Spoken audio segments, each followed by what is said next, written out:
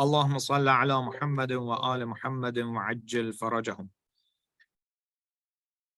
أعوذ بالله من الشيطان الرجيم. بسم الله الرحمن الرحيم. اللهم كل وليك الحجة ابن الحسن صلواتك عليه وعلى آبائه في هذه الساعة وفي كل ساعة وليا وحافظا وقائدا وناصرا ودليلا وعينا حتى تسكنه أرضك طوعا وتمتعه فيها طويلا. اللهم اجعلنا من أعوانه وأنصاره. اللهم صل على محمد وآل محمد وعجل فرجهم. So, Assalamu alaikum everyone. Glad to be here. Which we should have some greetings at the beginning, right? That's a habit that I don't have. I should work on that, right? At the beginning of the session. Oh, no? Okay. So, in the past few weeks, we were in the chapter 4 of the Kitab al-Mikyal, talking about the characteristics of Imam Mahdi alayhi salam, that because of those, it is incumbent upon us to pray for him. And I was repeating this, that we look at these qualities and special merits from two perspectives. One is what Sahib Mikyal meant to mention, which is because of these that we know of him, it's on us to pray for him.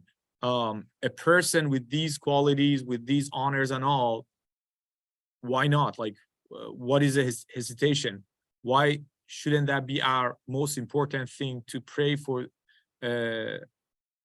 such an honored, elevated person? Salawatullah alayh.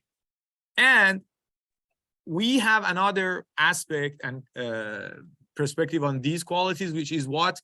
To increase our ma'rifah and our knowledge about Imam Mahdi. So when we talked about last 2 weeks, we talked about the similarities, resemblances of Imam Mahdi alayhi salam with prophets. So there was a lot of insights, information, knowledge, ma'rifah that we didn't know, right? We did some exercise like, how many prophets can we name? I don't know, 5, 10, how many prophets you can name? So we saw that, oh, there are like 33 prophets. How many? 1,000? You said 124,000. You can name them, Musa? Okay, that's great. 33 prophets, the resemblance of Imam Mahdi alayhi salam to them and all.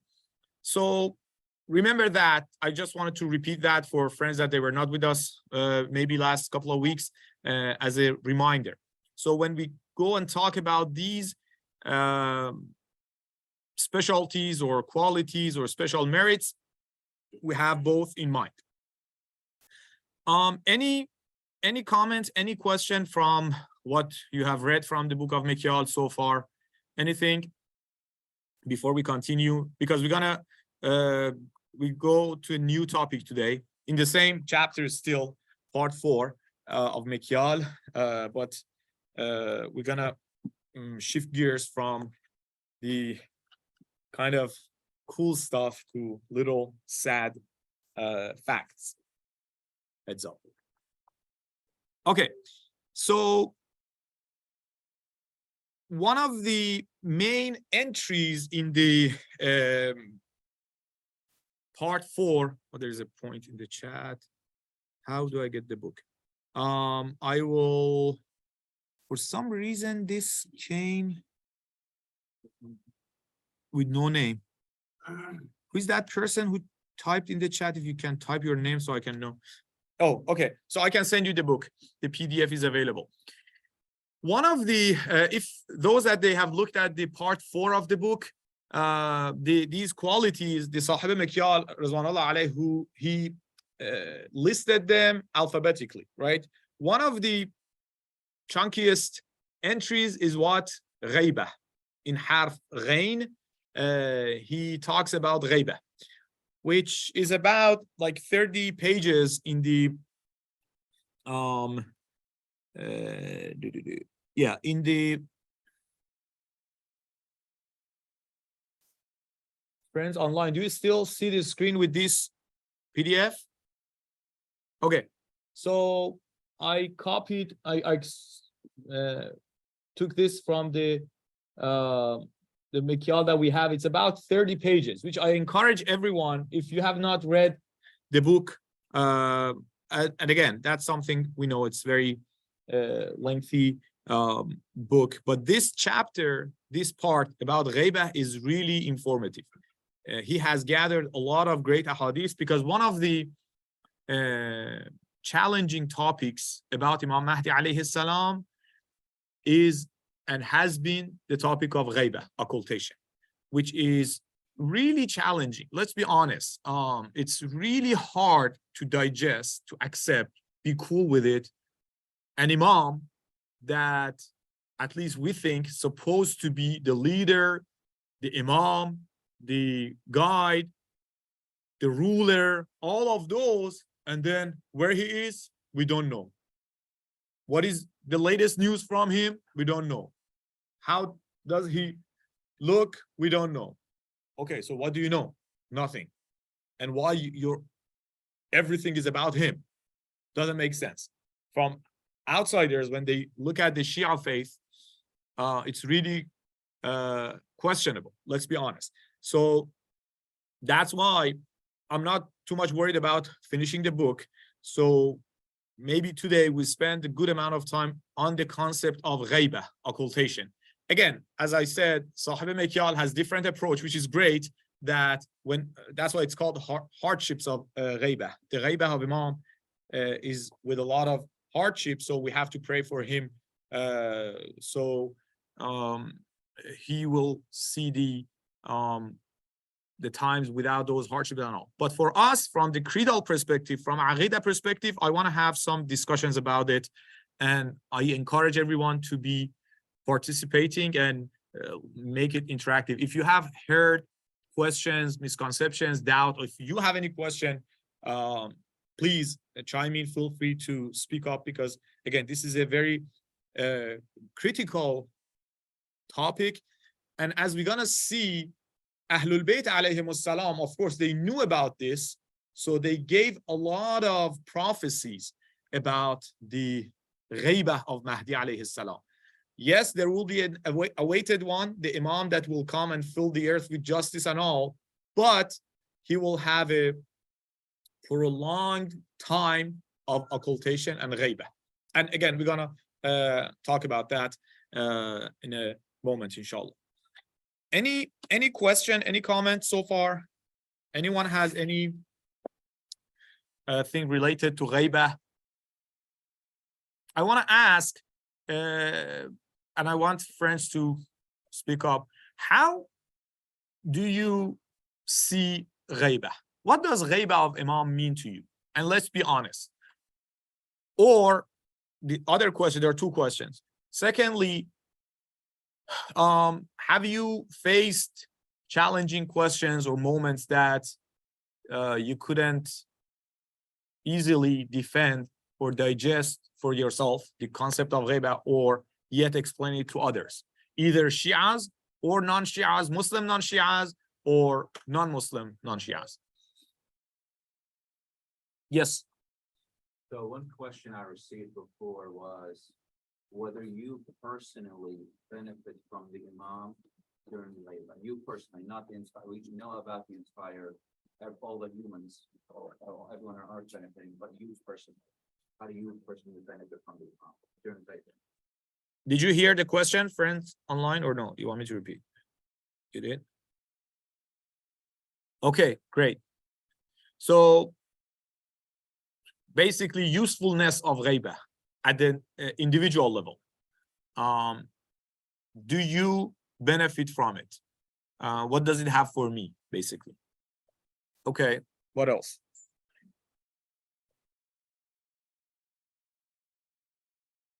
Where is Imam living? Is he in the well in the Samarra? Brother? You don't know? Okay. Yes. The thing that was always hard for me to digest. Was that a trap for me? Wow. You know, Yeah. Okay, sorry. That's fine. Go ahead. At least before our like foundations class, Mm. was the how. So How what? How benefit? no, yeah, no, how the imam is operating. Oh, How is he keeping things intact? So thank you. I could stomach the fact that he was in Ghaybah based on the precedent, right? Mm-hmm. From the other prophets, stuff like that. But then the next like challenge is, okay, what are you doing right now that's helping Shiaism, for example? What are you doing that's combating all these like challenges? And How he's an imam, basically. how He does function as an imam. Imam Hussein alayhi salam is an imam or was an imam. And the imam is revolutionary, going out, like try to overthrow a government, for example, do this and that. Or Imam Sadiq alayhi salam had sessions of teaching, or I don't know, Amir al-Mu'minin was doing this and that. How come Imam Mahdi be an imam? Again, this question that I paraphrased from what Brother Faisal was saying, to me, that's directly connected to the understanding of Ghaybah. Because the hidden assumption of that question is Ghaybah of Imam means al-ayazu billah, uselessness, not being functional or doing any operation, right? So it shows how it is important. And again, I know, I mean, we are cool, not you make you feel bad, actually make you feel good. This is a very, very valid question. So if you don't have that question, then something wrong with you.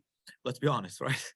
Sorry, I'm rude. But that's why at the beginning of the major occultation, Ghaybat al-Kubra, Imam Mahdi himself, salawatullahi alayhi, hinted or directed Sheikh al-Saduq to write the book about Ghaybah. لما لا تصنف في الغيبة كتابا?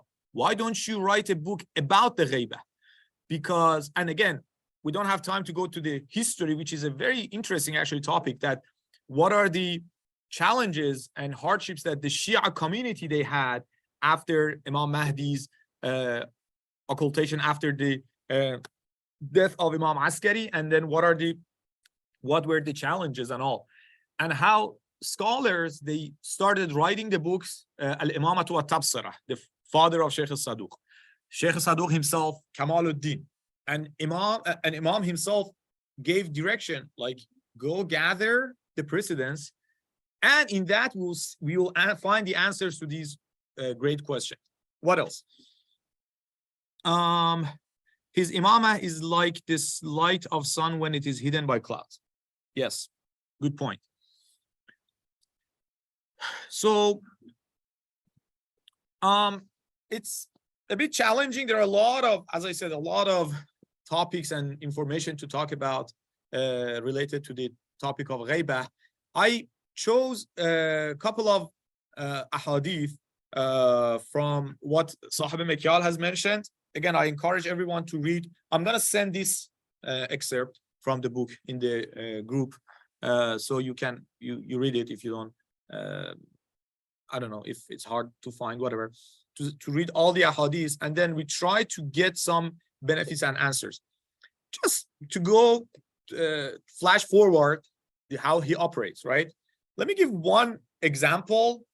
I know this might be misleading, but don't stick to the misleading side.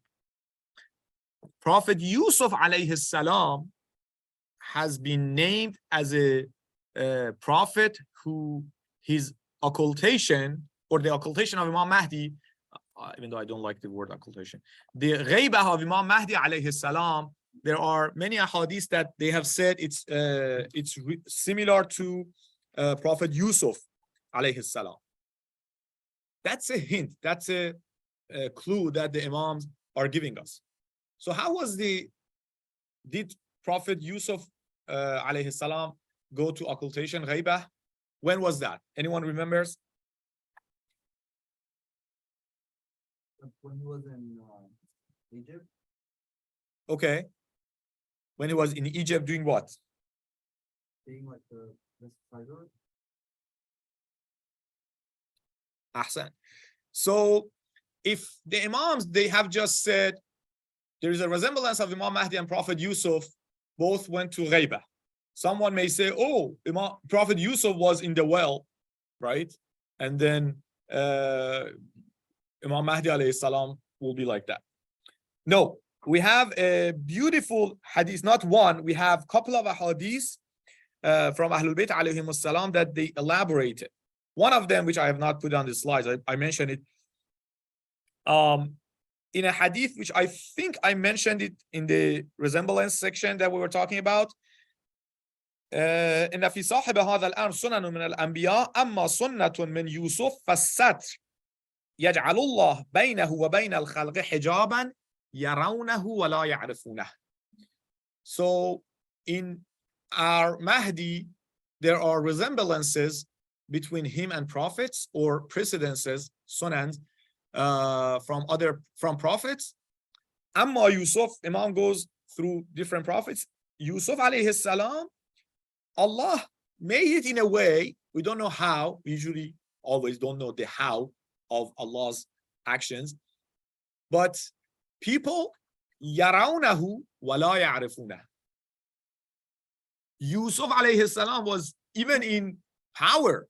He was like distributing the wealth, money, bring this, do that, and he was active. People saw him, not only people, who his own brothers. Imagine you brothers, you meet, I don't know, 20 years from now, and they say, oh, communicate, and later you say, oh, that was my brother. I didn't know that. It's not possible, right? But Allah, يَجْعَلُ اللَّهُ بَيْنَهُ وَبَيْنَ الْخَلْقِ حِجَابًا, some sort of cover, Allah's cover, that they saw, they interact. Brothers came and say, oh, this time give us more. He said, oh, next time bring the other brother that you didn't bring, blah, blah, blah. All of these come, they didn't know that. They didn't recognize. The recognition is the key. So it's not that Imam is up in the heaven or died, or we will talk about these, that how Imam Sadiq alayhi salam in a miraculous hadith said the misconceptions about the Ghaybah of Imam Mahdi. No, Yusuf alayhi salam was there, people will come, but they didn't recognize that that person is him, the Yusuf that we knew, right? So that's why Imam Mahdi alayhi salam, yashhadul mawsim. We are in the time of mawsim. Mawsim means Hajj, the time of Hajj. Every year, Imam Mahdi alayhi salam attends the Hajj, the ceremony of Hajj. People see him, but they don't recognize him. And that's why we have other ahadith about the time of the Zuhur of Imam. People are like, oh, this was him? We used to see him like here and there. I have seen him, for example, many times in Shrine of Imam Rida, Imam Hussein, Arafat, here and there, but I didn't recognize. So, any question, any comment, anything related to the topic of Ghaybah, feel free. It doesn't have to be about what I just said or I explained or the hadith I talked about.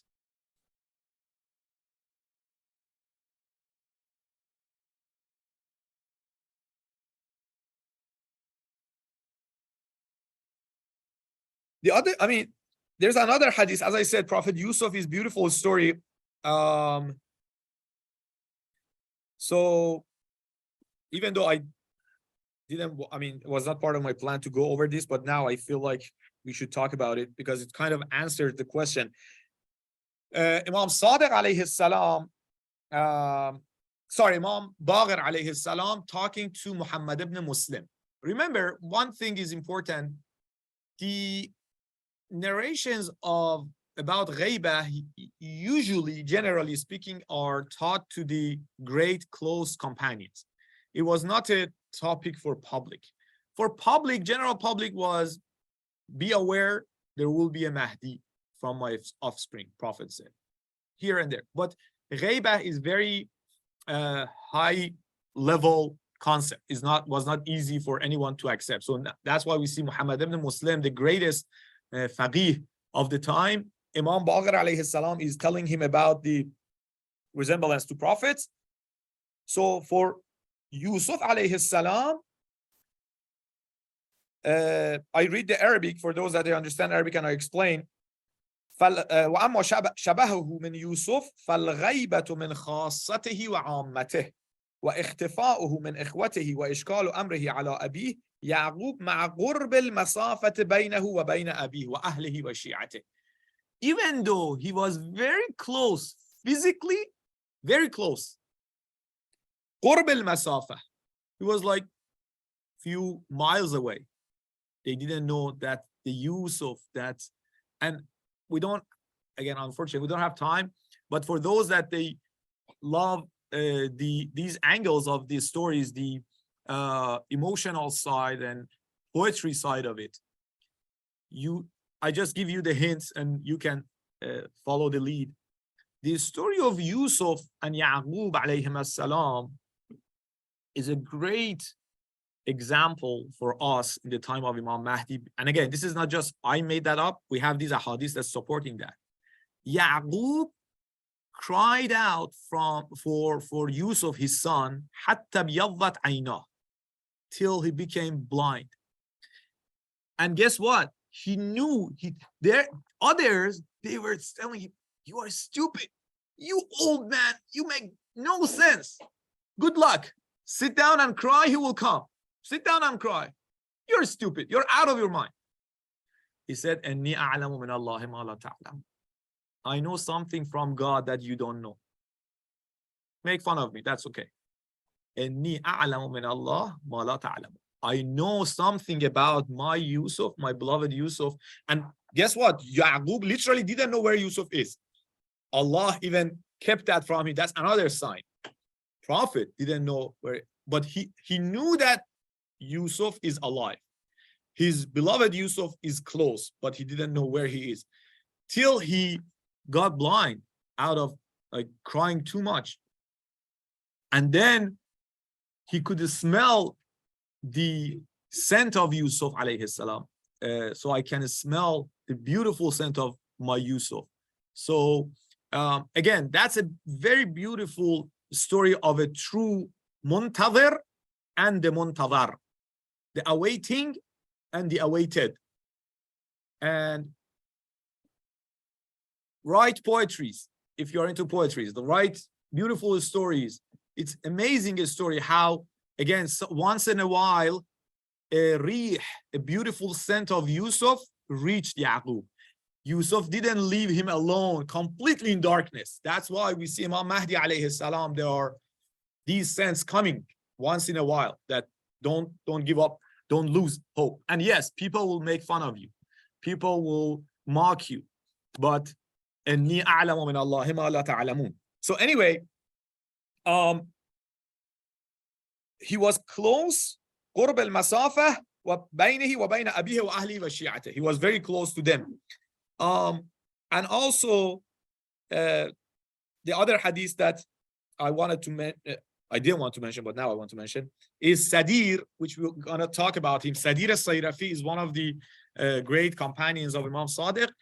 He says, Imam told me, how come people don't get this? Like, especially as I said, Sunnis for sure, they can't understand and digest. And Shias, we have also challenges to digest and accept.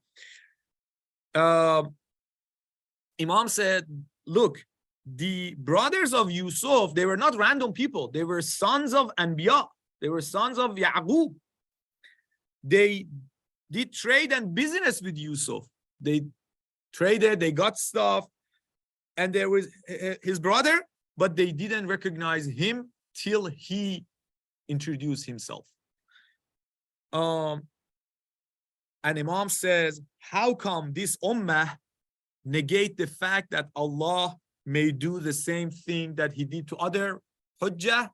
He does it again for another hujjah, Imam Mahdi. So Allah doesn't do things randomly. There was a precedence, there was a reason and wisdom in the story of Yusuf for years to come. Again, there are more to talk about it, so I leave it inshallah for later, if we could have more time to discuss about Imam Mahdi alayhi salam. So let's go to the other slides, even though before that I wanted to, I think Yes. Needs a click. I didn't want to distract folks, so we're gonna see the hadith. Knowing the fact that the Assalamu alaikum warahmatullah. Sorry. The Muslim community, the Shia community, will go through these hardships and creedal challenges. The Imams of Ahlul Bayt alayhimus salam and Prophet sallallahu alayhi wa alayh prepared people that from different ways that this is going to happen.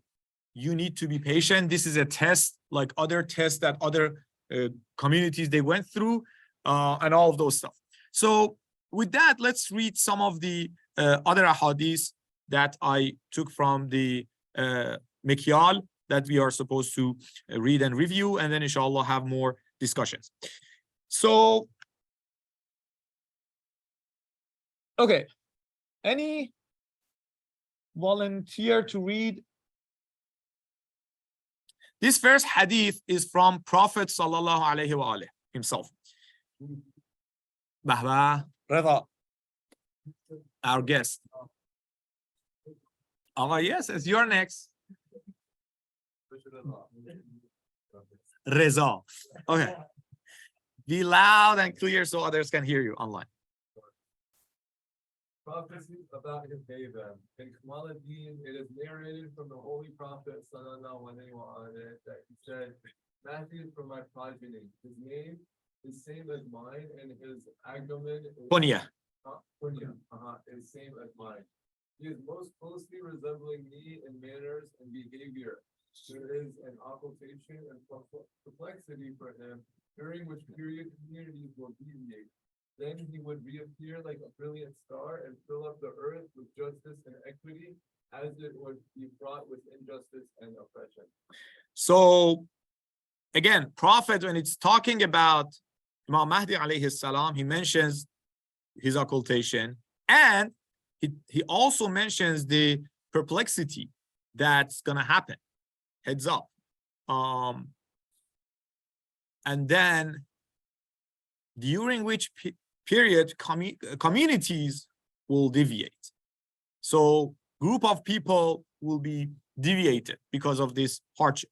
So yes. Like simple question. Well, what do you call him Abu Saleh? Huh? What the kunya for Imam Mahdi? You say Abu Saleh? So he has multiple kunya. Okay, it's not only one. But yeah, ismuhu ismi wa kunyatuhu kunyati.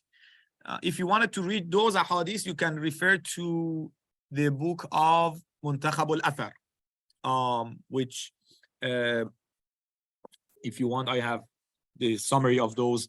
I can give you about like how many of them mention about the name of the Prophet. Yeah.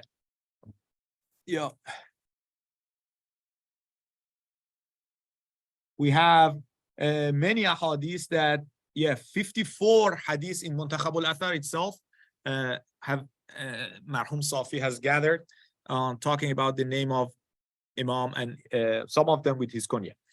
But Abu Saleh is basically another one, which we can talk about the wise and some of the Arabic cultures, Muhammad being Abu Qasim, things like that you know better. So, any other comments or question?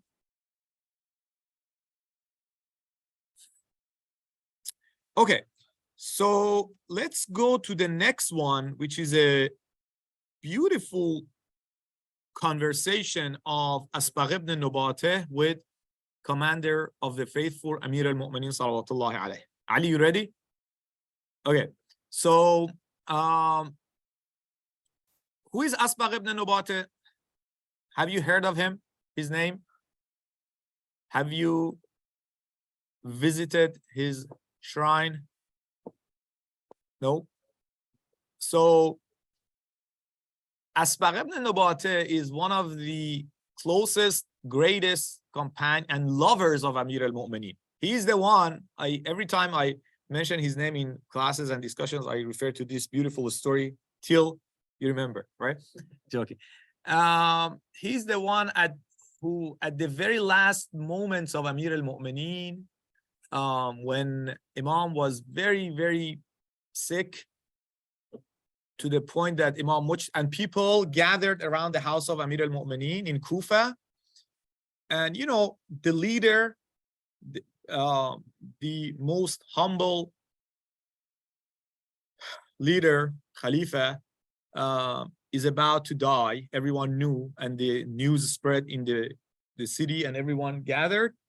And, you know, it's noise, a lot of things. So Imam Hassan alayhi salam came out, opened the door and said, "Oh, people, go home."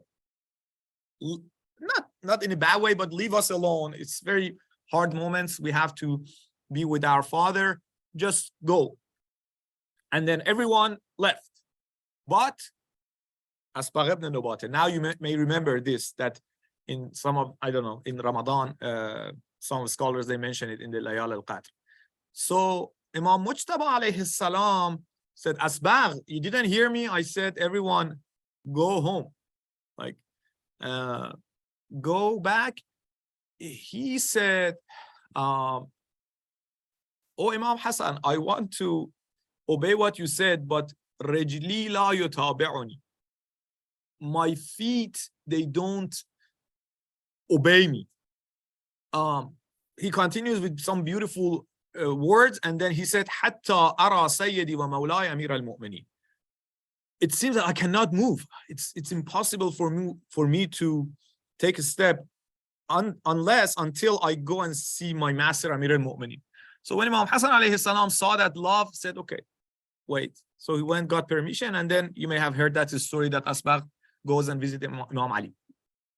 The same Asbagh, we have a couple of hadiths from him, which shows again the closeness of him to Amir al-Mu'mineen. He shared these stories with him. So let's read that from the page 209. What happened?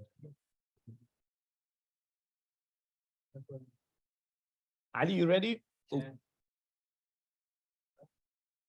Let me just turn. Friends online, you see this screen, right? Because it was like more of a story and conversation, I didn't. Yeah, this is, it shows also how close he was to Amir al-Mu'mineen. Look at the scene that he expressed. Go ahead, Ali, read very loud. And it is related from Asbagh ibn Nawasir that he said, "I went to the presence of Amir al-Mu'mineen Ali ibn Abi Talib alayhi salam to find him engrossed in thoughts, tapping with his fingers on the ground. I asked, What is that scene look like? Like, I found him engrossed in thoughts, tapping with his fingers on the ground, like sitting and nakkata. This is, I think the Arabic says, what does it mean? Being saddened and like being in deep thoughts, right? Okay, continue. I asked, "Oh, Amir al-Mu'mineen, are you vying for the caliphate?" He replied, "No, by Allah, neither have I have any desires for, nor for any worldly matter at any time." So when I saw Amir al-Mu'mineen, sorry for interrupting you. When I saw Amir al-Mu'mineen in that moment, that very saddened, deep in his thoughts, tapping on the ground, I said, "Oh, Amir al-Mu'mineen, are you vying for the caliphate?" Vying means like, huh? Thinking about it, going out. Thinking about it because people took it from you and all. So is that the case, that you are looking to power, that you are so sad? So Imam said, "No, I don't have any desire for that, nor any worldly matter." What are you talking about? But I am thinking, go ahead. "Well, I am thinking about the child who is the 11th descendant in my progeny.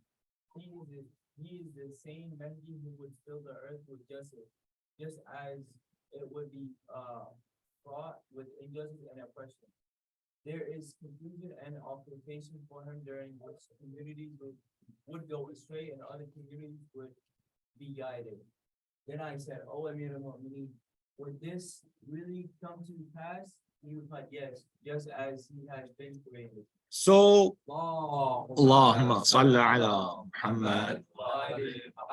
Why you moved to Michigan, Agha? So Amir al-Mu'mineen is saddened because what he knew, what he remembered about his son, and also the people يضل فيها قوم ويهدي فيها آخرون. Something like that is the Arabic. Groups of people will go astray, and Mahdi himself will go through a lot of hardships. My son, he's my son. So that's why I am saddened with this. There's another hadith from Amir al-Mu'mineen salawatullahi alayhi. Oh, that was good.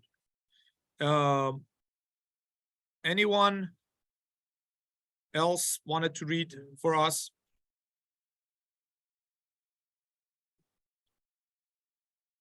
Ladies, one of the sisters, can you want to read? Yes. Anyone? You can read, yes. For our Mahdi, basically, yeah. There is an occultation which shall be prolonged. As if I can see the shear resembling herbicides searching for pasture but being unable to find.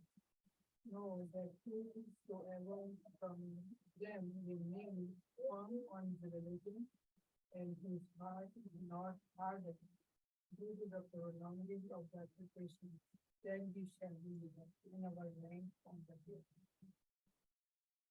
So Amir al-Mu'mineen alayhi salam says in another prophecy talking about future that, subhanallah, our master Amir al-Mu'mineen, he has been looking at us at these moments, and not only us before, 1,000 years ago, and God knows how many years forward, that I see them that like they are lost, they are going everywhere for finding fresh food.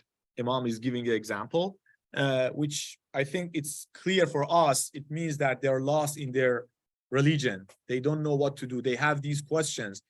They are being attacked by wolves, right? That we hear the news here and there, which are heartbreaking, that, oh, that Shia brother or sister, he stopped practicing, or worse, he became Sunni or Christian or atheist or agnostic, or all these fancy ticks words. So Amir al-Mu'mineen alayhi salam beautifully give that resemblance, that similarity with the quadrupeds of these sheep, that they are lost and they are going everywhere, and they don't have any lead. They don't have anyone to guide them. Again, not they don't have, they do, but they're not connecting, they're not looking, and they are going after that. So Imam gives the example of like people that they remain firm in their religion. Sometimes we ask, okay, how is that possible? Like, it's not just by reading and say, oh, now I'm firm in my belief. So one of the reasons of we reading these ahadith and verses of Quran is that gives us the hopes and the faith that, look, we are not alone. This is not something that it's not like not heard of throughout the history. No, other communities, other religions, they went through these challenges. Prophet Musa alayhi salam, we talked about it before, but now we are in the month of Dhul Hijjah. وَوَعَدْنَا مُوسَى 30 لَيْلَةً وَأَتْمَمْنَاهَا بِعَشْرٍ. So by 10 days, people were tested. Exactly. It was 30 days, it increased to 40 days. Oh, they went astray. They start being idol worshiper. And others. And that's why Imam Mahdi told Sheikh al-Saduq, why don't you write these to tell people the precedents? So that makes us stronger, that, oh, we are not alone. And actually, this is an opportunity because we'll see, and we have talked about this in the past in our discussion, that those that they stay firm and they remain firm on their belief and religion, Imam is not hidden for them. Imam is like the sun in the middle of the day, shining, and ينور قلوب المؤمنين, enlightens the hearts of believers, and so on and so forth. So one of the thank you so much. Any comments, any question, anything? Should I say Faisal? I received a comment, which is good, which was anonymous, that we like to have more discussions. And I said, okay, the discussions happen by, why you're laughing? By questions or sharing the thoughts and all. I cannot make a discussion, right? It's a two-way avenue, right? So I act that as a discussion. Oh, these reels and shorts videos that the guy just talks to himself, and I have to put the yeah. So any question, any comment, anything? I may need to pause more, so maybe friends have something to share. Okay, so we're going to read a hadith that we have talked about before, I think, but now we're going to read in details that let me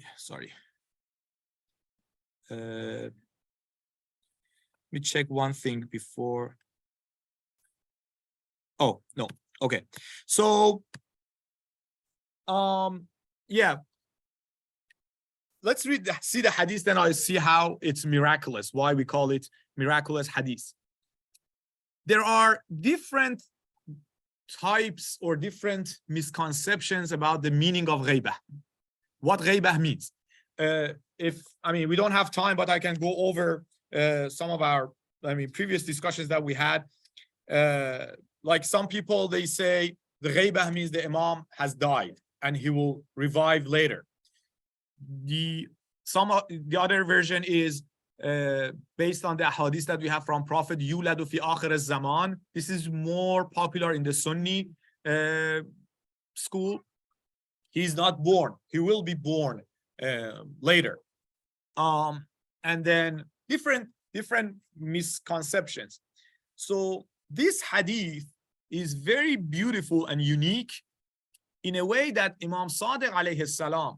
So this is a clue and hint that this hadith cannot be fabricated and is miraculous, because till in the time of Sheikh Saduq and Sheikh Kulaini and those greatest scholars, we didn't have such belief that we're going to talk about, which later you may not heard of, or you have. We have a group maybe 200 years ago, initiated sect in Shiism, which is called Shaykhiyya, by Sheikh Ahmad Ahsai, and then later on continued by Sayyid Kadhim Rashti. So I don't want to misguide you, but he basically claimed that the soul and the spirit of Imam Mahdi alayhi salam will come, embody in another body, and talk in that body. So, and that's me or that's someone else. So that was a unique misconception, which actually caused a lot of troubles and is still ongoing. A lot of our hawzat ilmiyyah, like scholars, they deviated. And we have nowadays sheikhis in Iran, in Iraq, in other places. And again, it caused other troubles I don't want to get into. The reason I say this is a beautiful hadith, let's read and see how Imam Sadiq predicted even that person. Some of our scholars said this hadith is literally talking about Sheikh Ahmad Ahsai, and it's not that far. Let's read, and then for that reason I brought the Arabic. it's narrated both in Kamaluddin and Ghaybah Sheikh al-Tusi, which with a little bit of a difference in wording, which is a good clue that this is a very valid hadith. Anyone volunteers to read? Yes. Huh? Okay. Likewise is the disappearance of the Ma'am, since one group denies it for its length, ranging from one misguided person who says he was never born to another who said he was born and he died. So فإن الأمة ستنكرها لطولها. So people will start negating him. Haven't you heard that? Oh, if you had an imam, it would have come already. ستنكرها لطولها. And see, this itself is a miraculous hadith. Because at that time, no one would expect the Ghaybah would be 1,000 years. I mean, 10 years. Okay, he may go to prison. And again, if you look at the history of Shia community, you will see some of these like Kaysaniyeh, others, Muhammad al-Hanafiyeh, blah, blah, blah. They think, okay, 10 years is too long. 15 years in a prison, that's a Ghaybah. But we'll see. Imam says, سَتُنْكِرُهَا لِطُولَهَا. People, a group of people will negate him because of the Ghaybah being prolonged. A group of them, a group of people will say, who is saying this hadith? Imam Sadiq. 1100 years ago, almost 100 years before the 110 years before the birth of Imam Mahdi himself. He says, be aware, a group of people will say that he's not born yet. A group of people will lie by saying, and it's interesting, for any of these we have examples, and that any of these caused being astray in the Shia community, which is sad, but also interesting, like how Imam predicted and gave precaution. Don't go there, be aware, things will happen, and exactly happen. Okay. وَقَائِلٍ يَكْفُرُ بِقَوْلِهِ. He was reading. Yes, I read the Arabic. He goes, go ahead. It's cool. Why you cause breakout? Right. To another who rejects faith by saying that our 11th was childless. To another who deviates by saying this will increase to 13 and upwards. And another who says, you want to say something? I'm scared of Faisal. So yeah, I mean, I want to talk. We have these groups that they say, a group of people, they say, oh yeah, he was born, but he died. His tomb is in Qom. We have a group of people, they literally say that. So his presence is just gone, or? No. We'll see. His soul is not dead. So his body was dead and buried in a city, but his spirit is talking to people. Some of another groups, they say, إن حادي عشر منا كان عقيما. He didn't have child. He was childless. And some of them, they increase the number of the imams. Have you heard of Ismailis? The Imam, the 43rd Imam is the graduate of Harvard. Yeah. I think 43 was the latest, greatest, That's the new update. least. That's new update. So, And by the way, they have a big influence in. I know. They are very powerful. They are very influential in academia for young audience. Remember and be aware, Ismailis, one of the misguided Shia sects, they are so influential. Ismaili studies in London, they're super powerful, rich, and these seats in academia should be occupied by you. And I mean it. That's a big sad story that if I open, we should sit down and cry to see the seats of Shia studies in the modern academia, Western academia, is occupied by whom? I can name people in that university, University of Toronto, Yale, London. I mean, I'm reviewing their face now. Literally the enemies of Imam Zaman alayhi salam, a group of people that they believe the whole story of Ghaybah is made up story. Everything is made up. They're writing PhD theses this thick that you will be amazed, and the level of their research on our resources definitely can beat a lot of our scholars. Let me be very honest.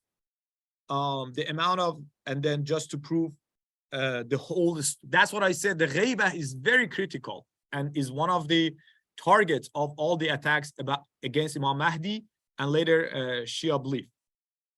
And inshallah, they say that the whole concept of Ghaybah is a made-up concept by early scholars of Shias like Sheikh Kulaini and Sheikh Saduq and others. Why? Because or even before them like Nobakhti and others. They say, oh, they saw Imam Askari died and there is no son. They were like, literally, I'm reading their lines and translating. The scholars, the Shia scholars, they say, okay, what should we do? How can we keep Shia busy?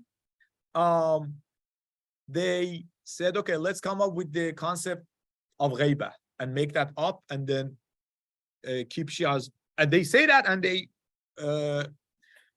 elaborate. And that's why I said this hadith is super important, and a couple of hadiths in these lines. Let's read it before I talk too much. And وَغَائِلٍ يَعْصِ اللَّهَ بِدَعْوَاهُ. Did you read that part?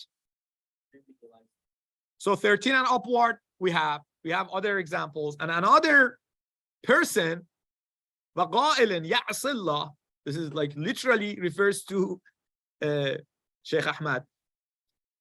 Sheikh Ahmad. I'm joking. Which he says, read it, the spirit of The spirit of the Quran speaks through the body of someone else. So I am Mahdi, my body, and everyone was like, you're not the son of Imam Askari. You say, yeah, I'm not. His spirit embodied in me. So أنا روح المهدي أتكلم معكم. I am the spirit of Mahdi talking to you. Okay. Any comment, any question? Very similar to what Christians believe about the people who wrote the Bible. Like the spirit, the Holy Spirit came into them, and then they were able to write the gospel. Okay, interesting. So the source is the same. The teacher was the same, Shaitan, right? Giving the same idea to do that. Okay, thank you. Is it only for Paul or for all of the apostles who, for all? That's their justification for saying that the Bible is the word of God, because the Holy But Spirit. why there are differences between the word of God? Like even those that they wrote Bibles, there's no consistency. So God was confused, or the Spirit was. He gave them different hints, I guess. Okay. So next hadith. Oh, sorry. Yes, sir.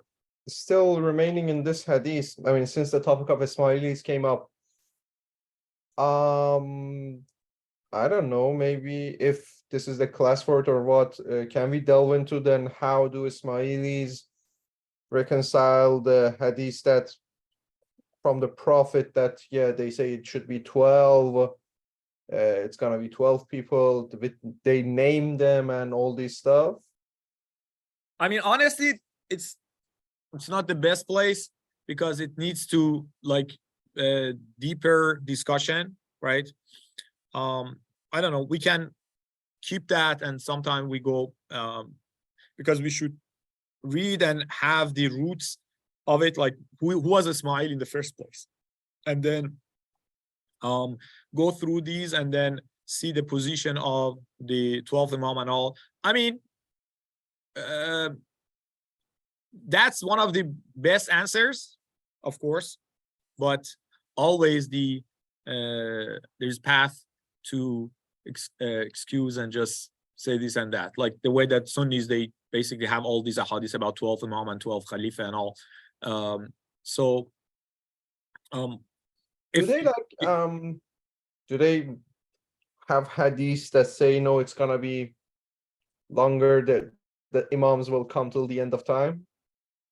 I think they should. I mean, we should go to understand their axioms or some of their principles, like being open to interpretation, changing the meaning from the literal meaning, and then those will open gates to a lot of justification. But if you don't mind, I don't want to distract everyone. We can take it for later time. But as I said, it's a very important and challenging among Shia. So this is insider threat. If those that they take security classes. So one of them is Ismailis, because they are insiders. So they are Shias technically. Yeah.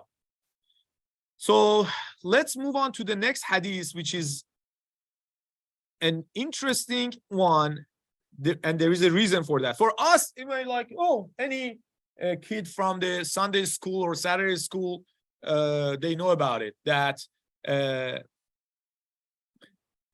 Mahdi alayhi salam will have 2 Ghaybah, one short, one long. Isn't that the most basic things? Let's be honest. But this is, to me, one of the strongest proof that what I was referring to earlier, that the whole concept of Ghaybah is made up, is wrong. Why? Because who narrated this hadith? Who narrated it? Who narrated it? Yes, but Salam alaikum.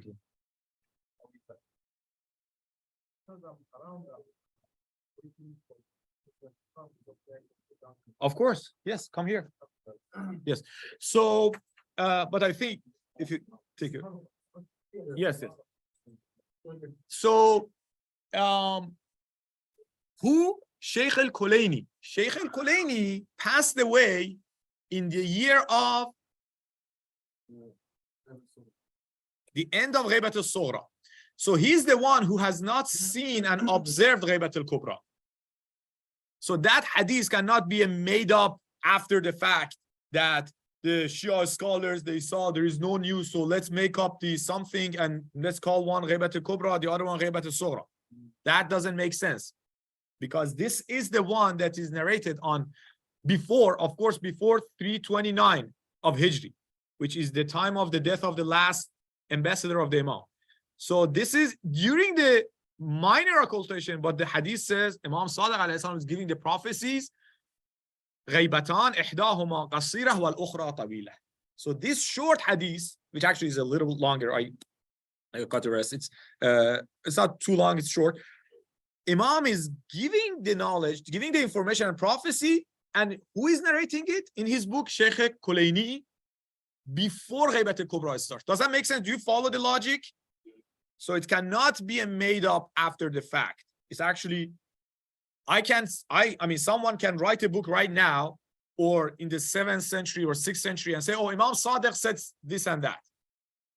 We may say, oh, how did you know? What if it's made up, blah, blah, blah.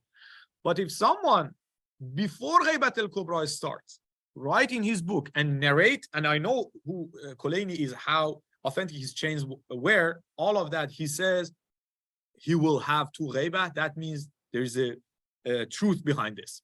Okay? So, okay, we need to be quick. I have a short video clip I want to have and watch it. But before that, we switch and we shift the gears a little bit towards talking about the hardships of Ghaybah. 11:45, right? But I tried to make it shorter. So there's a beautiful hadith narrated by Sadir. You remember Sadir Sayrafi? We said we will get back to him. He and a group of companions of Imam Sadiq, the great ones. Me, Mufaddal ibn Umar, Abu Basir, Aban ibn Taghlib. Such a gang, right? He says, I don't know, I wanted to, yes, you read my mind. Okay, go ahead. I don't want to just skip that. We need a, yeah. We came to our master Abi Abdullah and Al-Sada and saw him sitting on the floor and covered with a body sheet made of hair. His neck was open and his sleeves folded up. He was crying like a mother, having only one son laments at his death. The signs of sorrow were apparent in his face, and its effects were spread on his cheeks. Tears had moistened the hollows of his eyes, and he was saying, "My master, your occultation has taken away my night's sleep. It has narrowed my bed for me, and has snatched away the solace from my heart. My master, your occultation has turned my tragedies into the atrocities of eternity. The loss of one after the other perishes a crowd and a multitude. No more I feel the tear that drops from my eye, and the moon that faintly leaves my chest from the places of tragedies and past calamities, except that it exemplifies before my eye the greatest and cruelest of catastrophes, the most dismal and disdainful mishaps, mixed with your wrath and calamities, coupled with your anger." Exactly. More than that, if you read the Arabic, those that they understand the Arabic, like the English is also very amazing, right? Imam Sadiq, they say we entered to the house of Imam Sadiq. They were so close, they go, and we saw Imam Sadiq alayhi salam in a very heartbreaking situation, right? Sleeves up, no, like it was as if a mother who lost her kid, his child. How the mother will cry. We saw Imam Sadiq sitting on the dust and crying. And we heard that he's talking to someone. Sayyidi. Imam Sadiq is calling him Sayyidi. غيبتك نفت رقادي وضيعت علي مهادي وابتزت مني راحة فؤادي وأوصلت فجائي بمصائب الأبد. Something in those lines that you saw in English. We're like, we were amazed and astonished, like what's going on, right? So, and he's not just sitting, he's like crying like a mom that lost her child. So we asked him, "Oh, son of Rasulullah, what has happened? Maybe we ransom for you. Just tell us what happened. Any of your kids died or anything? Anyone attacked or what happened that we see you in this situation?" So Imam continued. Imam replied, read it, Raza, please. Imam took a deep sigh and said, "Oh, you, I looked at the book of Al-Jafar this morning, and that this is the book that encompasses the knowledge of deaths, trials and tribulations, and the knowledge of all that has been and all that will be until the day of judgment. I viewed therein the birth of our iron and its disappearance and its protraction and the length of his lifespan and the trials of the believers through him, and the generation of doubts in their hearts and the length of the disappearance and the apostasy of most of them from their religion. So emotions overpowered me and griefs overwhelmed me." I think the hadith itself is, sufficing, right? Doesn't need more explanation. How hard it is for the Imam Mahdi nowadays, that Imam Sadiq, knowing about what will happen to him and his Shi'as, made him cry like a mother who lost her son. Or, yeah. So, with that, we can finish by this short clip. I had more to cover, but I think that's a good time to pause. So, and now knowing these, before that, it was hard to call Imam Mahdi a fugitive, an outcast, or a lonely one. If someone would say, okay, your imam is fugitive or outcast or lonely one, we'll be like, get out of here, you're so rude, blah, blah, blah. But these are the words that Amir al-Mu'minin used in a hadith to Asbagh, another hadith, calling Imam Mahdi. And how it is connected to our discussion, the Ghaybah we talked about. Before I play the video clip, I wanted to wrap up, and then with that we can finish and recite the dua. Sahib Mikyal says one of the qualities or facts about Imam Mahdi alayhi salam is he will have a Ghaybah, or he's in Ghaybah, and that will be incumbent on us to pray for him, for the hastening of his reappearance, because he's going through a lot of hardships, he himself, beside the fact that we will see in the world and what happens to believers and all. So tie that concept to the fact that Imam Mahdi alayhi salam is called at-Tarid, al-Sharid, al-Wahid, the lonely one, the fugitive. So what does that mean? There's a short clip by Sayyid Mahdi Mudarrisi who explains this hadith from another hadith from Amir al-Mu'minin to Asbagh ibn Nubata.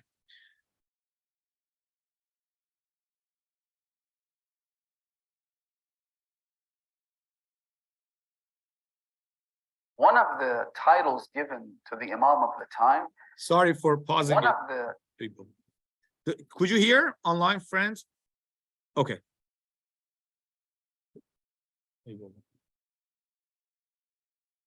Technical difficulties at the right time, right? One of the titles given to the Imam of the time is at-Tarid. Listen to this hadith. Al-Asbagh ibn Nubata, who was one of the companions of Amir al-Mu'minin, he says that I heard the commander of the faithful say the following: صاحب هذا الأمر الشريد الطريد الوحيد. الشريد means the fugitive.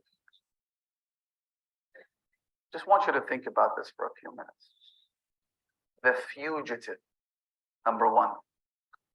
At-Tarid, which means the outcast, the one who's been thrown out. Al-Wahid, which means the lonely one. In another hadith, Amir al-Mu'minin says, Imam al-Hussein came and the Imam put his head over the blessed head of Abu Abdullah. And he said, بأبي أنت وأمي يا ابن خير يا أبا خير الإمام أو يا أبا ابن خير الإمام. May my parents be ransomed for you. Amir al-Mu'minin says this to Imam al-Hussein.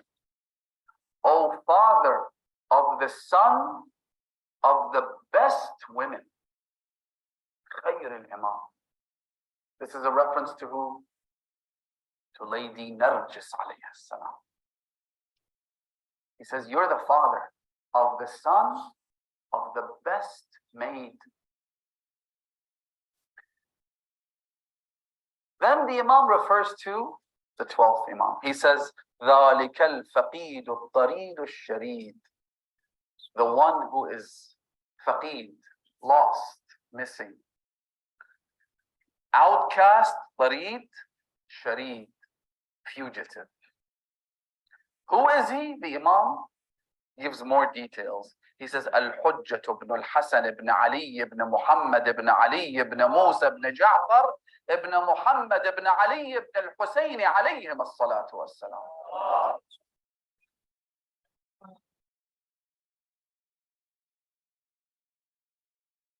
The Imam is an outcast. He's been thrown out. What does that mean? Who's thrown him out? You might say, well, no one knows where he is.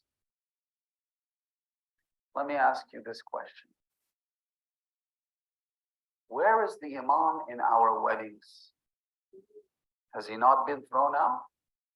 his values, his teachings, his religion. Where is the Imam in our birthday celebrations? Where is the Imam in our business dealings? Where is the Imam in our everyday lives? If you had something you were ashamed of in your home, would you go invite a grand Ayatollah to come and visit you? Or would you hide it?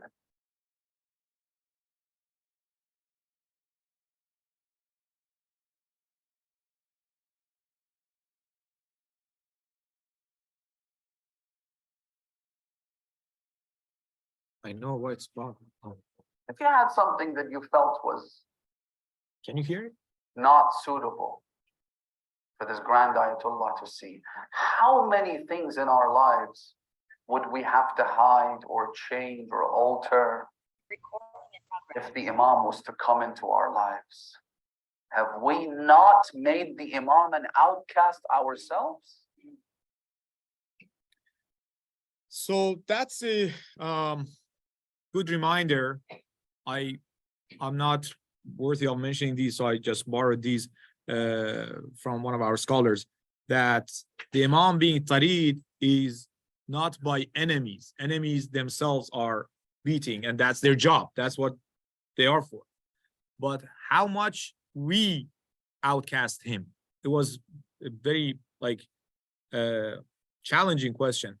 Where is the place of Imam alayhi salam in our weddings? Where is the place of our Imam alayhi salam in our celebrations or birthdays? And it was like mind-blowing. If I wanted to invite Imam to my house, before he enters my house, how many minutes do I need to clean up the house? Say, oh, this one, that book, this thing, this one, I have to take it away. And guess what? Before my physical house, I want to invite my Imam to my heart. And I'm honestly thinking and asking myself, is my heart ready? Is my heart worthy of welcoming my Imam and be the guest of my heart? If not, I am one of the ones that making him outcast, making him feel strange and be alienated. So we ask Allah subhanahu wa ta'ala, inshallah, to help us be a better believer and support and help for our master Imam Mahdi alayhi salam, the one who all the Imams, they've prayed for him. They were saddened by the facts that's going to happen to him and the Shias during the time of Ghaybah. So with that, let's recite the dua, and inshallah, we'll finish our session and continue next week. اللهم صل على محمد وآل محمد وعجل فرجهم. اللهم كل وليك الحجة ابن الحسن صلواتك عليه وعلى آبائه في هذه الساعة وفي كل ساعة، وليا وحافظا وقائدا وناصرا ودليلا وعينا، حتى تسكنه أرضك طوعا وتمتعه فيها طويلا. اللهم عجل فرجه وأيده بالناصر. اللهم صل على محمد وآل محمد وعجل فرجهم.